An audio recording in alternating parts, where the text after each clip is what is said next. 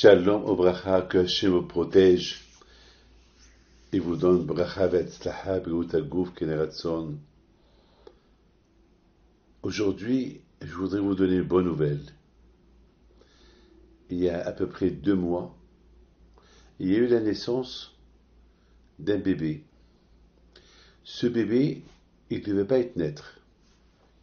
Ce bébé, déjà depuis le ventre à sa mère, les médecins ont conseillé les parents de l'enlever parce que il avait des problèmes de partout et surtout euh, les, le corps était presque complètement déchiqueté et en plus il y avait un cou bizarre, le cou qui était bizarre.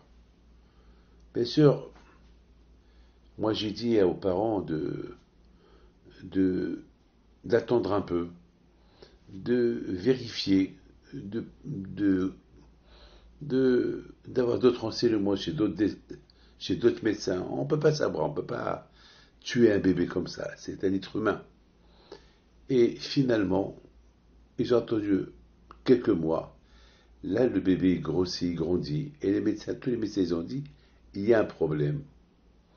Et finalement, les médecins, ils ont commencé à dire de l'enlever. Mais là, il était déjà 8 mois.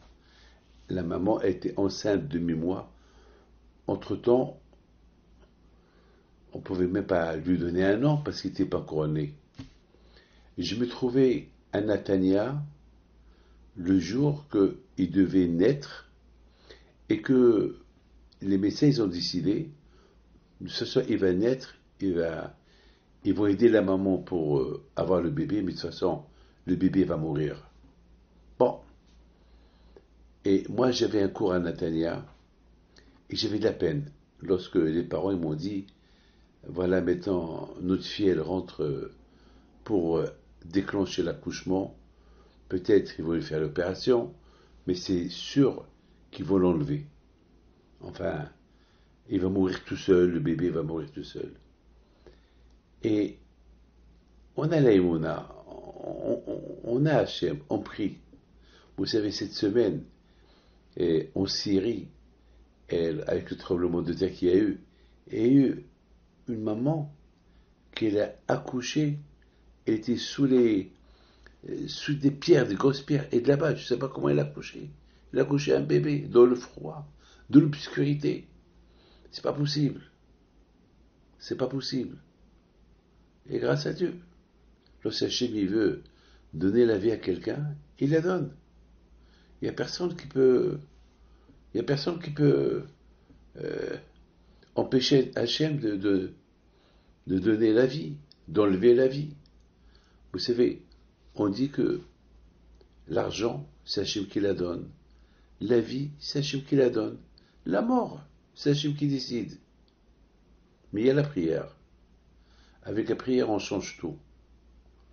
Et puis, je me rappelle, j'ai dit à cette femme, avant que sa fille elle rentre à coucher, Madame, vous avez une bouche, jusqu'à maintenant vous avez prié, alors priez, priez Madame,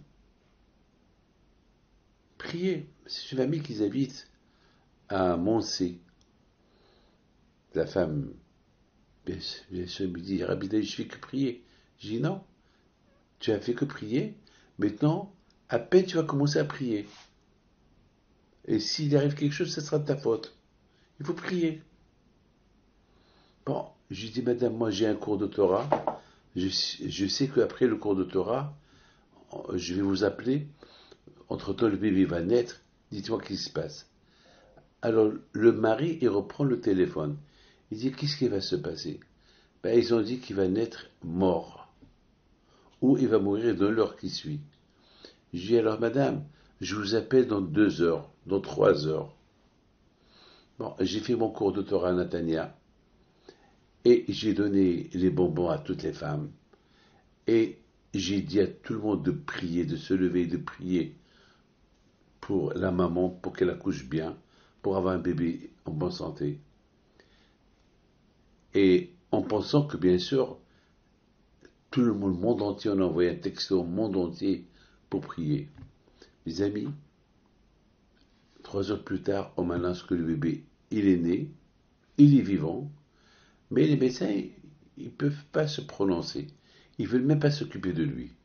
Pour eux, il a un gros coup, énorme, mais c'est pas beau à voir. Et bien sûr, les médecins, ils ont dit, non, il ne va pas passer la nuit. Il a passé la nuit. Les médecins, ils ont dit, bon, on ne peut rien faire. Il ne va pas passer le week-end, parce que c'était vendredi. Alors là, la mère, il leur dit, mais au moins donnez-lui à manger. Depuis hier qu'il est né, il ne mange pas.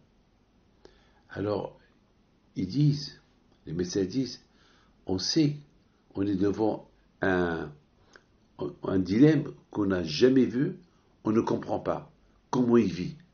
Parce que le cou, il est tellement large, il est gros, il y a là-bas une masse de graisse. Je ne sais pas comment il respire, on ne comprend pas comment il respire. Bon, alors, on va lui faire entrer une sonde.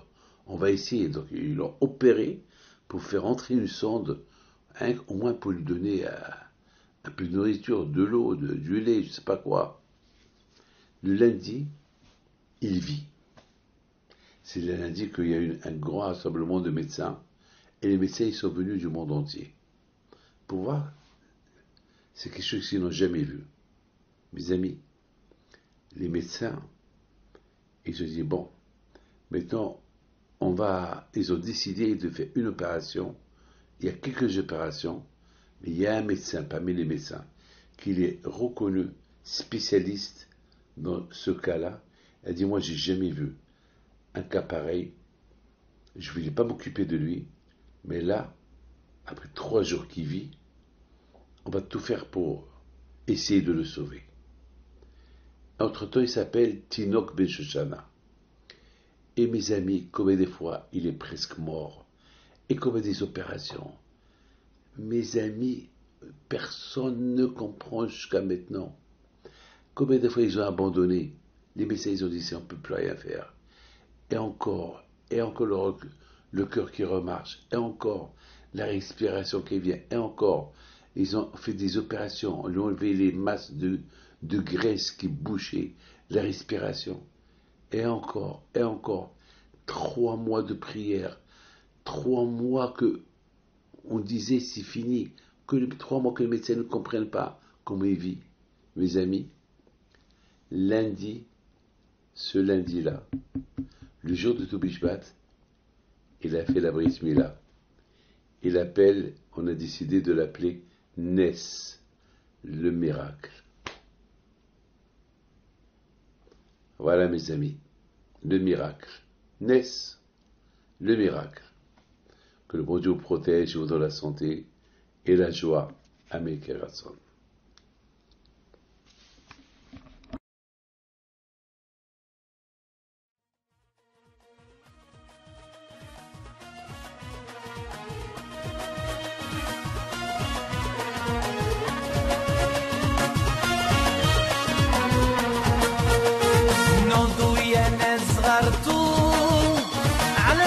حي بنتو وقف لنا زي خو